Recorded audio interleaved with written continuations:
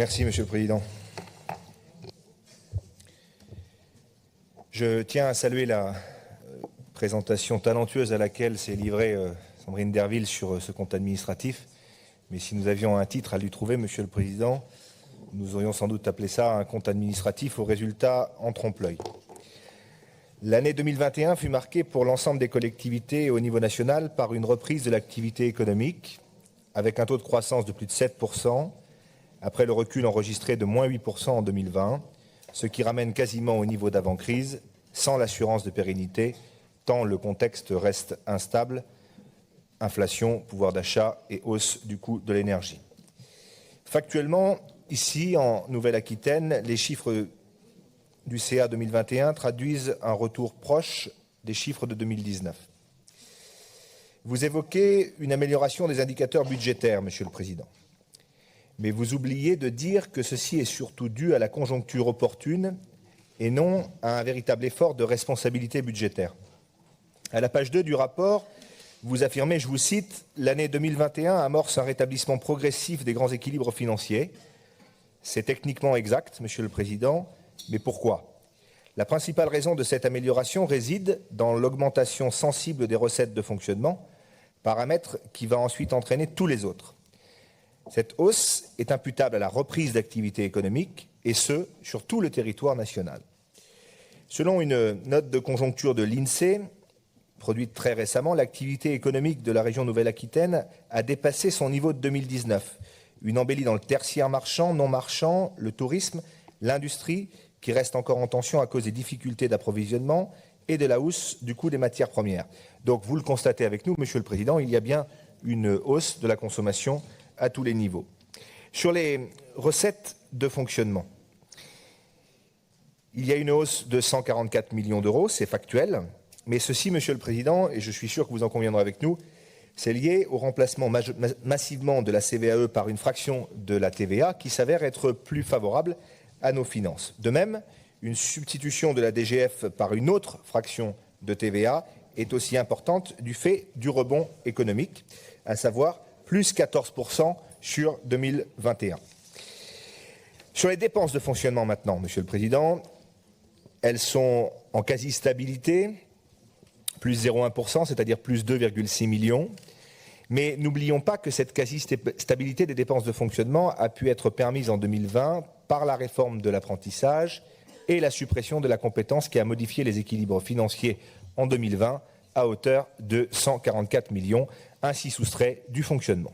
L'apprentissage se traduisant à 90% par des dépenses de fonctionnement. Monsieur le Président, il n'y avait donc pas de véritable maîtrise du fonctionnement, mais une opportunité bienvenue qui a masqué en fait des hausses dans bien d'autres secteurs. Si globalement sur 2021 on pouvait parler de quasi-stabilité, il faut noter des écarts significatifs dans deux hausses de fonctionnement particulièrement, le personnel et les intérêts d'emprunt. Sur les charges de personnel, nous vous alertons très régulièrement sur ce sujet, Monsieur le Président. Elles augmentent de 16,7 millions, soit 4,5%, avec notamment, la dernière année, la mise en place du RIFSEP. Les charges et le GVT, pardon. Donc de 2015 à 2021, sur ces charges de personnel, la hausse est de 70 millions d'euros, soit plus 22%. Bien loin des économies que prenait à l'époque M. Vallini et bien loin des bienfaits évoqués que devait procurer la fusion des régions.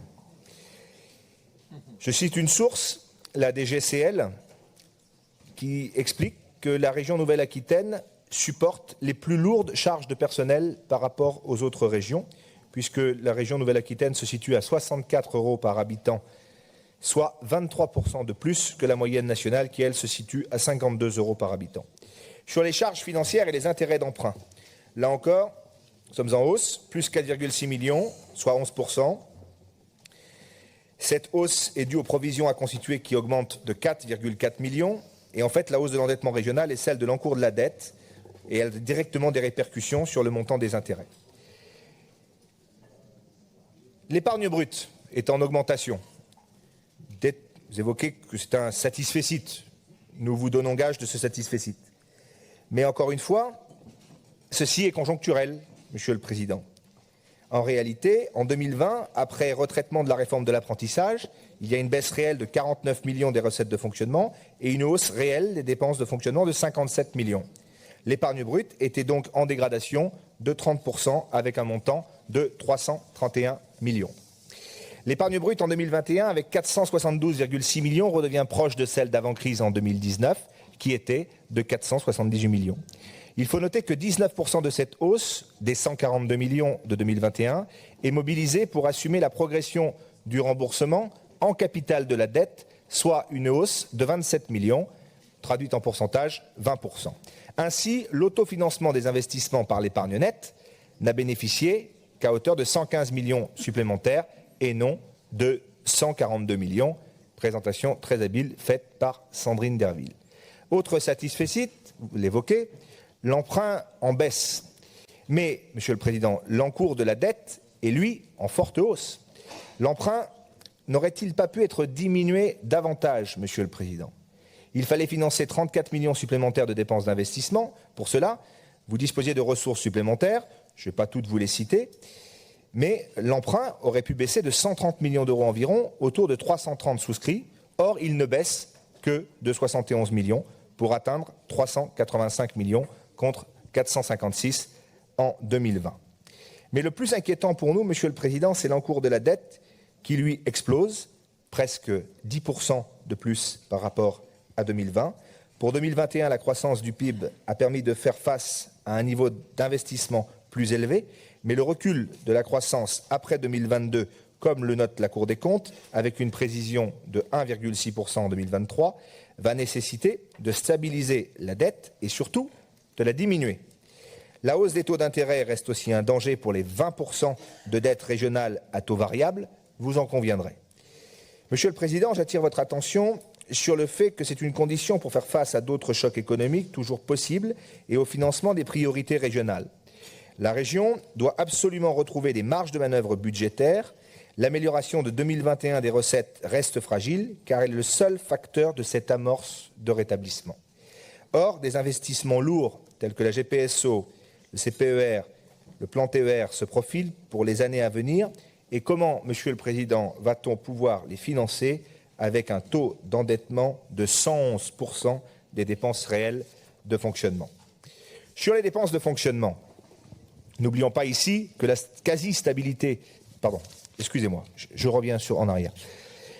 Sur l'encours de la dette, progresse toujours de 235 millions par rapport à 2020, alors que l'emprunt souscrit en 2021 a, lui, diminué de 71 millions d'euros seulement. La prospective financière est alarmiste. L'encours de la dette ne pourrait éventuellement diminuer qu'au-delà de 2026. Il a augmenté de 700 millions d'euros en 4 ans.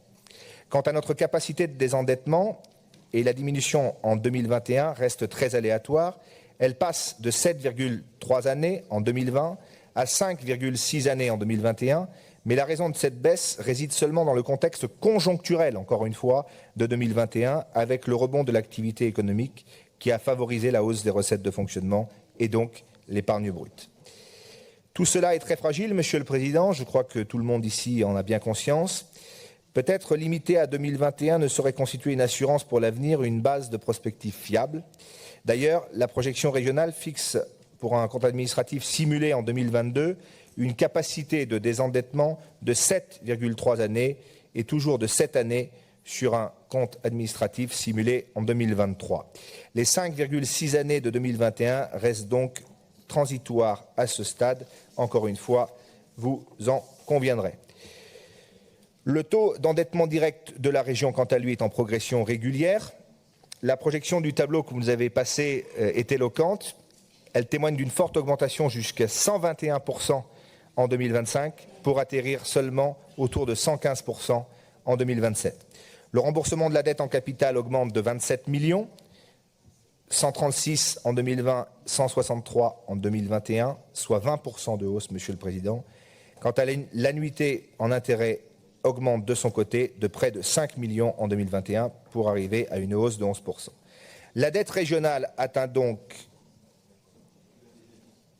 Tu l'as déjà dit, ça. Oui, mais je le redis. Parce que j'insiste là-dessus, parce que c'est... T'es pas paumé dans tes feuilles, là, non? Non, mais je le redis, Monsieur le Président. Je le redis, je vais même vous le redire en conclusion. La dette régionale est à 80% à taux fixe et 20% à taux variable. Vous avez eu de la chance, vous avez limité les taux variables, contrairement à certaines régions par le passé, qui n'ont pas fait ces choix-là, et nous les payons encore aujourd'hui, Monsieur le Président.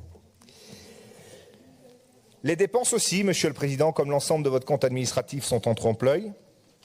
Elles augmentent de 64 millions. 61 millions ont été réellement investis sur les territoires, c'est ce que vous évoquez. Y a-t-il un véritable effort d'investissement à cette hauteur?